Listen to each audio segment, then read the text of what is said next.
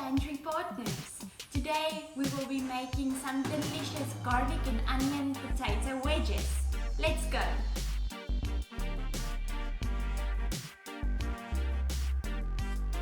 You will need some olive oil, 2 red onions, 4 cloves of garlic and 4 large potatoes to make 4 servings. Preheat the oven to 180 degrees Celsius. You can start by chopping the potatoes into wedges.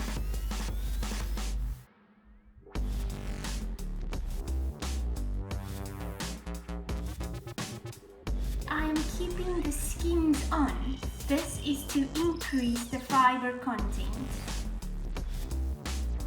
Then you can measure 2 tablespoons of olive oil and drizzle it lightly over.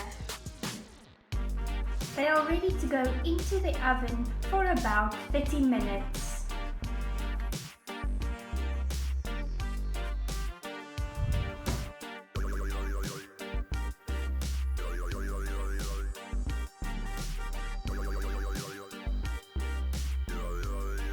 After the potatoes have been in the oven for about 30 minutes, you can add your onion and garlic.